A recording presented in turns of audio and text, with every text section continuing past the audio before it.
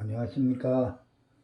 오늘은 건축 시공 현장 실무 제31차시 강의를 진행하겠습니다. 목공 인테리어에서 방연처리는 내장 공사에 사용되는 목재의 방연처리 또는 방연 목재에 적용한다. 우리가 화재라든가 또 특히 유독가스에 의해서 사람들이 많이 인명피해가 나고 많이 다치죠. 방연처리는 목재 방연제에 대한 개설법, 침지법, 도포법 또는 품칠법으로 합니다. 근데 방연처리는 말 그대로 방연제로 칠을 하거나 붓순이나 또는 스프레이로 품칠을 한다던가 또는 방연제 같은 탱크에 담가서 건져내서 사전에 해서 사용합니다. 방연 처리한 목재는 사람과 가축에 해롭지 않고 또한 철제나 금속 부분을 녹슬지 않게 하는 것으로 해야 된다. 방연재료는. 그다음에 목재는 방연 처리에 지장이 없는 정도로 건조되어야 하며 방연 처리된 목재는 충분히 건조된 후에 사용한다. 건조가 되어 있지 않고 포화 상태에 있는 목재는 방연 처리가 되지 않죠. 내부에 물이 꽉 차가 있는데 방연 처리가 되지 않습니다. 건조된 목재에 또 방연제를 칠을 하게 되면 수분이 흡수되니까 건조를 시킨 다음에 시공한다는 겁니다. 그 다음에 페인트 칠, 바니시 칠 등으로 마무리하는 목재 방연제는 감독관과 협의 후에 시행을 하는 게 좋습니다. 그 다음에 방연 페인트는 방연 페인트를 칠한 후에 낙하 도장을 해도 이상이 없는 재료여야 한다. 우리가 방연 페인트를 칠하고 낙하 페인트, 목재는 인테리어용 목재는 주로 내부에 낙하 도장을 가장 많이 합니다. 우리 원목 인테리어라든가 이런 부분이 낙하 도장을 많이 합니다. 가끔가다 바니시 칠도 하는데 바니시 칠은 주로 소품, 가구라든가 이런 소품에 하는 거고 주로 낙하 칠을 많이 하게 되죠. 그래서 이 페인트라는 것은 화학 성분이죠. 화학 성분이기 때문에 만약에 옛날 문짝에 주로 목재문은 낙하 페인트인데 간혹 가다가 시공업자들이 도장 비용을 작게 드리려고 목재에다가 에나멜 같은 거 칠해놓은 경우도 있습니다. 이렇게 되는데 보수를 한다고 낙하 페인트를 칠을 하게 되면 몇십 년 전에 칠했던 그 페인트가 녹아서 죽처럼 흘러내린다. 그러면 문짝에 보수는커녕 잘못한 문짝을 버릴 수가 있습니다. 그래서 이미 도장이 되어 있는 페인트에 보수하는 리폼 작업 같은 경우는 페인트는 화학 성분이기 때문에 화학 성분이 있어 녹아서 내리는가 안 내리는가를 좀 검토를 한 후에 해야 합니다. 그러니까 쉽게 말해서 낙하신나를 붓으로 조금 찍어서 문짝에 딱 발라본다든가 이렇게 하면 녹아내리면은 그건 에나멜이나 이런 종류고 일반 유성 페인트고 낙하 페인트는 같은 낙하일 때는 녹아내리질 않죠. 그래서 항상 칠이라 하는 거는 방연 페인트 역시 마찬가지. 우리 페인트 중에 페인트 신나가 또 전부 다 다르죠. 그 중에서 낙하 신나가 가장 휘발성이 강하고 독성이 심합니다. 그래서 미리 되어 있는 페인트가 녹아내릴 수가 있다. 방연 페인트 역시 마찬가지다. 실내 내부 인테리어에 낙하 페인트 도장을 한다고 봤을 때 같이 방연 페인트까지 녹아서 흘러내리는 재료는 안 된다. 그 다음에 이제 가벽. 우리가 보통 일반적으로 목공 인테리어에서 가벽친다. 가벽을 많이 쓰죠. 그러니까 일반 콘크리트 벽에 미장 마감을 한다든가 해서 완전하게 평탄하게 어떻게 곱게 만들 수가 없으니까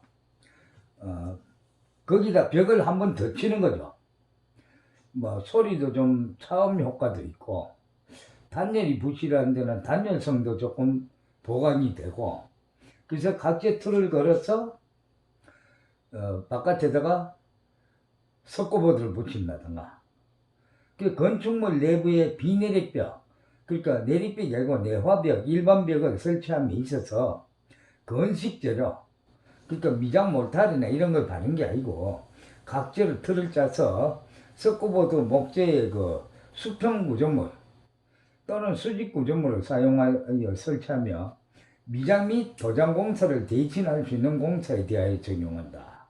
그러니까 미장을 안 해도 되는 거죠. 옛날 집 지금부터 한 40년 전에 80년도 중반이나 그 전에 지었던 집들 보면은 안에 그 거실 같은데 가배를 치는 데는 벽돌 조적벽을 쌓고 미장을 안 하고 그냥 가벽을 한 경우도 있어요.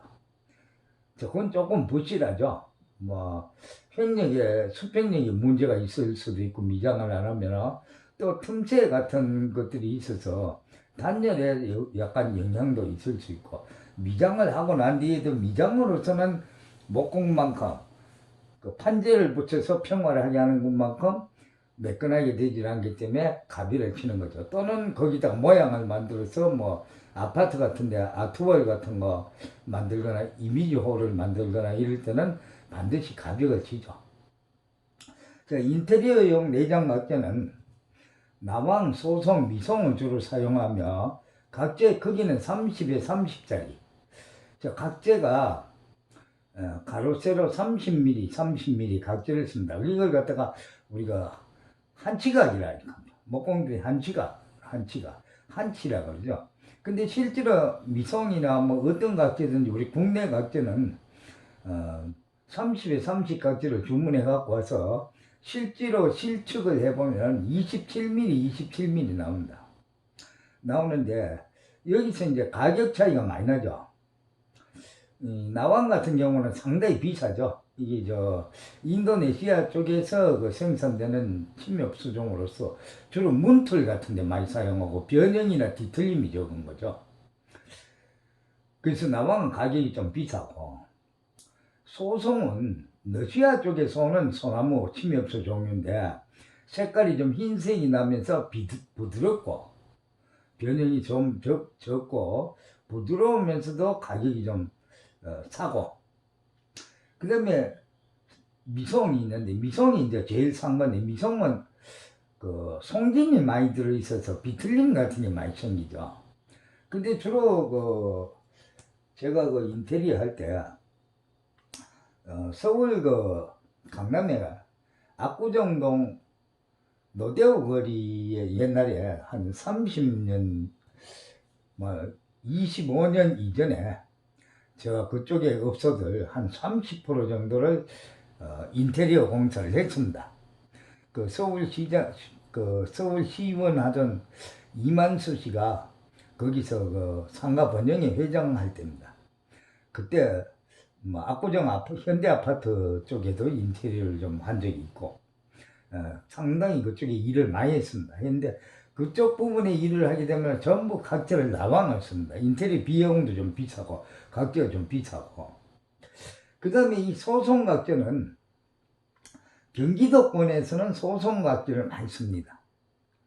일하기가 좋고 목질이 부드럽고 변형이 적고, 그 다음에 이제 가장 싼 자재가 미송각재인데, 요거는 잘못하면 변형도 심하고 공기가 있어서 뭐 들면 뚝뚝 부러지는 것도 있고 현장에 반입된 자재가. 근데 미송각재는 또 어디서 많이 사용하냐면은 막 경상남북도 쪽으로 이쪽으로 이 남쪽 지방으로 미송각재를 많이 사용하며, 그 다음에 시공 순서는 제일 먼저 가배를 칠 벽의 위치를 먼저 설정을 해야 되겠죠. 설치할 벽의 위치를 결정하고 레이저 레벨기를 이용해서 천장과 바닥, 그리고 벽의 중심선을 먼저 놓고, 이때 벽이 수직이 되도록 주의해야 됩니다. 그러니까 가벽이 기존 콘크리트 벽에서 20cm 이렇게 들어오면 그 가벽 위치에 먹을 바로 놓을 수가 있는데, 레이저 내배기로 그렇게 되면 면적이 확 줄어들어 버리죠. 그러니까 최소한의 면적을 살리면서 수직과 수평이 맞게 벽을 설치하려면 보통 30에 30 각재를 쓰면은 우리가 벽에서 50mm 정도 띄워서 먹을 놓게 됩니다. 그러면 그 벽에서 먹을 놓는 그 50mm 띄워서 넣는 하단부에 놓은 먹과 상단에 천장에 놓은 먹이 수직이 맞아야죠. 그래야 구조물이 수직으로 설치가 되니까 레이저 내벨기로 하는 거죠. 그럴 때는 레이저 내벨기를 벽에 붙여서 세워도 50mm 이내 선은 찾아내질 못하죠. 그러면은 어떤 중심선이라든가 기준 먹을 하나 놓고 거기서 아래로 재에 들어가면 되는 거죠. 천장도 마찬가지고. 뭐 기준 먹을 넣은 데서 20cm로 재에 들어가면은 5cm가 떨어진다. 천장도 수직으로 딱 그렇게 설치해 놓고 똑같이 재에 들어가면은 가벽 설치할 자리도 수직이 맞아지는 거죠. 그 다음에 이때 벽이 수직이 되도록 무조건 해야 되고, 저 앞에 시간에서 우리가 경량철골을 배웠는데, 경량철골은 내내 수직이 되도록 먹을 놓고 벽체를 세우는데, 밑에 베이스판을 먼저 받고, 베이스 런너를 받고, 천장에 런너를 받고, 고정을 시켜놓고, 수직이 맞게, 그 다음에 스터드를 하나하나 끼워서 나사못으로 조립을 하는 거죠. 근데 목재는 그것과 달리 바닥에서 벽틀을 짜갖고 세우는 거예요. 월을 짜서. 자, 벽틀의 하단은 하단 런너. 하단 런너는 먹선을 따라서 64 대탁가로 바닥에 ST핀, 콘크리트 핀. 그러니까 64 탁가라는 그 탁가는 핀이 두 가지 종류가 사용되는데, DT핀은 나무를 고정시킬 때 박는 거고, ST핀은 스텐으로 된 핀으로서 목재와 스테인리스 창틀이나 알루미늄 창틀이나 콘크리트 또는 C형광하고 목재를 접합할 때는 ST핀을 사용하면 됩니다. 핀만 바꾸면 된다. 그래서 여기서 또 목수들이 주의해야 하는 부분이 있습니다.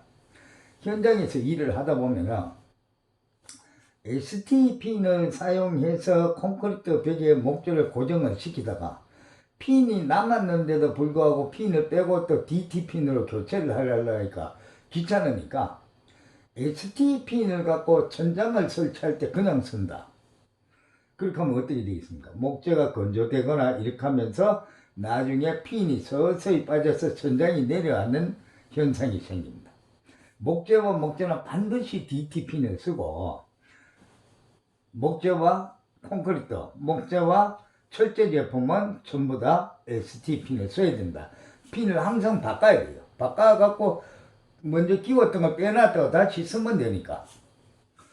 그 다음에 바닥 먹선에서 수직으로 먹매김한 후에 천장 먹선 벽에 먹선에 벽틀 상부 런너를 수직으로 된 천장에 먹는데도 상부 런너를 대탁가로 천장에 고정을 합니다. 고정 64탁가로. 자, 여기 보면 지금 그림이 나와 있는데, 이것과 같이 천장 높이에 맞춰서 짜갖고 세우는 거예요. 그러니까 현장에 실제로는 얼마만큼 짜느냐, 방바닥이 아무리 바닥이 미장공이 잘해내도 10mm, 20mm 차이가 납니다. 그렇기 때문에 이거 목재틀은 똑같이 짜버리면 끼워 열 수가 없어요. 높이를 딱 맞춰 짜버려. 한 10mm 정도 짧게, 그러니까 바닥과 천장 높이보다 10mm 정도 짧게 제작을 해서 먼저 바닥부터 고정을 시키고, 천장에 약간 10mm 떠도 대탁가로 그냥 박아서 고정을 시켜도 전혀 문제가 되지 않습니다.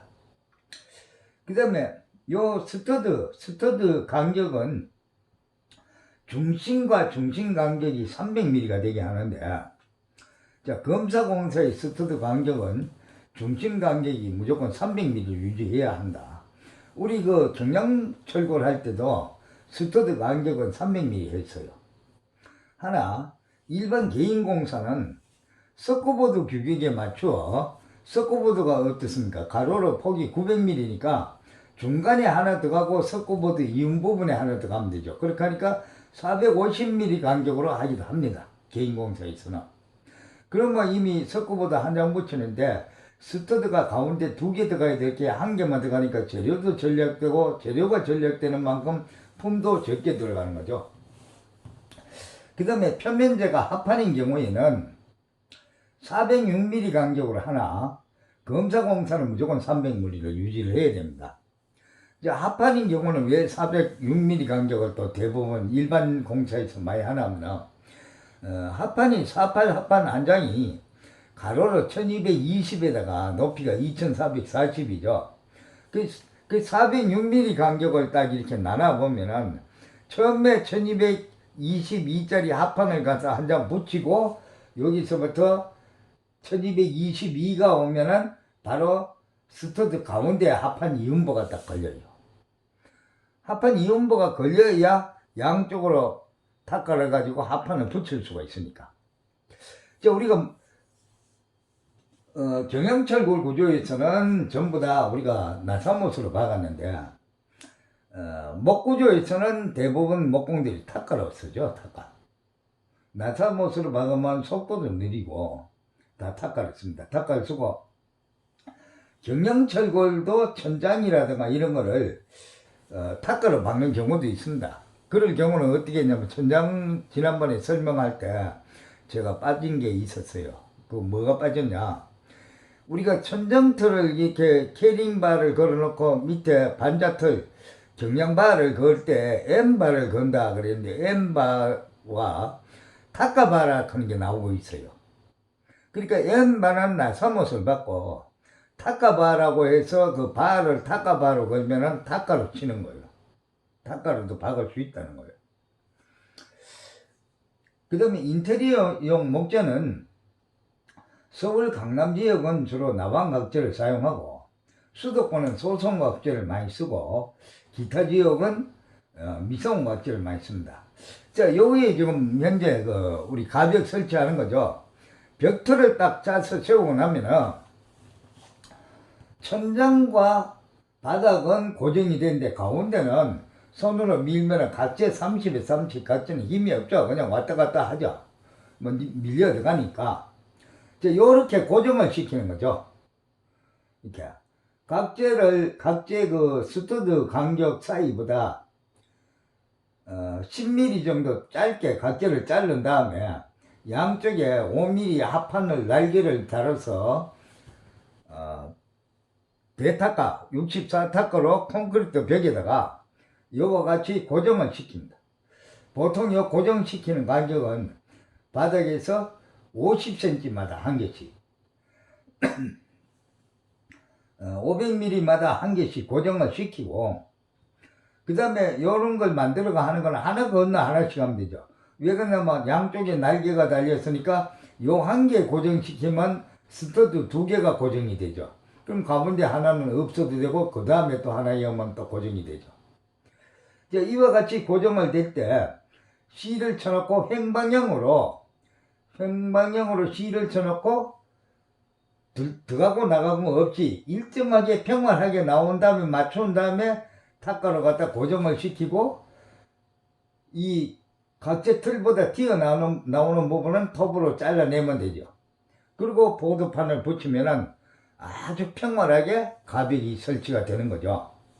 현재도 가벽을 설치하는 거 있죠. 어떤 아가씨가 이 보강제를 바꿔놓고 사돌들 탁가로 고정을 시키고 있죠. 실을 쳐놓고 실에 맞추어서. 자, 나왕은 필리핀, 인도나 인도네시아 등지에서 산출되는 백나왕, 정나왕 등 여러 종류가 있으며 강도는 높지 않고 균질이고, 그러니까 나무가 균질이라서 대패 가공도 아주 좋습니다. 그래서 목재 문틀이 대부분 나왕입니다. 그 다음에 세공하기 쉬우므로 기구나 가구, 건축용재 등으로 쓰이며 가격보다 미송의 약 2배 정도 비쌉니다. 그 다음에 소송은 러시아산 소나무로 미송보다 백색이며 변형이 적고 가벼우며 목질이 부드러워 내장공사 각재를 많이 쓰며 미송보다 조금 비싼 편입니다.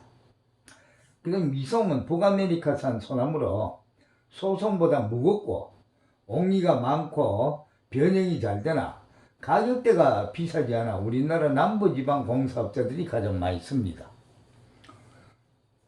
그 다음에 밑에 지금 보면은 실제 현장에서 내장 공사할 때도 안전모를 쓰는 게 맞습니다. 천장에서 어떤 물체가 떨어질 수도 있고 인접 작업자가 뭐 하는데 뭐 하는 물체가 뭐 날라와서 머리를 맞을 수도 있고 물건을 들고 가다가 자기가 설치해 놓은 각재 틀에다가 부딪힐 수도 있고 안전모까지 딱 쓰고 실제 현장이죠. 현장에서도 실제로 요 틀과 고정하는 틀과 틀 사이 요 고정대를 500 간격으로 받고 있고 그 다음에 옆으로 횡방향은 실을 쳐놓고 하는데 수직 방향은 잣대를 갖다가 규준대를 탁 가판을 하나 일정하게 켜서 그 갓대를 버간 다음에 규준대를 탁탁 대서 맞춰 나가고 있어요. 이렇게 하는 방법이 가장 많이 씁니다. 아리부리에 넌너가 먹선을 딱 놔놓고 탁가를 고정을 시키게 되면 직선이 돼가 있어요. 그러면 맨 아리 위에서 중간에 휜 데가 없으면 수직이 무조건 맞는 거죠. 그러면 변형이 없는 규준대를 만들어서 거기에 딱딱 맞춰놓고 고정을 시키면 자동으로 횡방향이고 수직이고 맞아지는 거죠. 이 방법을 목공 작업에서 가장 많이 쓰는 방법입니다. 가벨을 시공하고 있죠. 그 다음 상부와 하부가 고정된 벽틀이 각재의 휜과 동시에 외력에 의해 흔들림 등 변형이 발생을 방지하기 위해 바닥에서 높이 500mm 간격으로 한 칸 건너 한 칸씩 기존 벽면에 콘크리트 탁가로 고정을 시켜서 이때 상부와 하부 수직면을 맞추기 위해 하판을 100mm 정도로 직선을 재단한 다음에 양쪽 면에다가 각재를 부착한 후에 규준대를 만든 다음 규준대를 이용해 스트들을 수직이 되게 고정을 한다. 이렇게 수직이 되게 수평과 수직이 딱 맞았을 때 바깥에 표면재 석고보드를 붙이든 하판을 붙이든 딱 붙이는 거예요. 석고보드를 붙이고 뭐 도장을 할 경우는 석고보드를 2겹을 붙인다든가 석고보드 이육면에 도장이 균열 생기는 걸 방지하기 위해서 2프라이 친다든가 그 다음에 원목 누바를 붙일 때는 석고보드를 붙이고 난 다음에 누바를 다시 붙인다든가 아니면 각재틀을 그은 상태에서 바로 원목 누바를 갖다 붙이는 경우도 있고 그래서 일단 각재틀이 가장 정확하게 먼저 붙어줘야 된다. 목공은 경량철골과 다른 것은 틀을 딱딱 짜서 세운다는 거. 짜서 그 자리에 세운다는 거. 그 부분이 다르죠. 자, 오늘은 여기까지 하고 내일은 편면재, 석고보드나 하판 부착 방법에 대해서 설명을 드리도록 하겠습니다. 자, 수고했습니다. 다음 시간에 뵙겠습니다.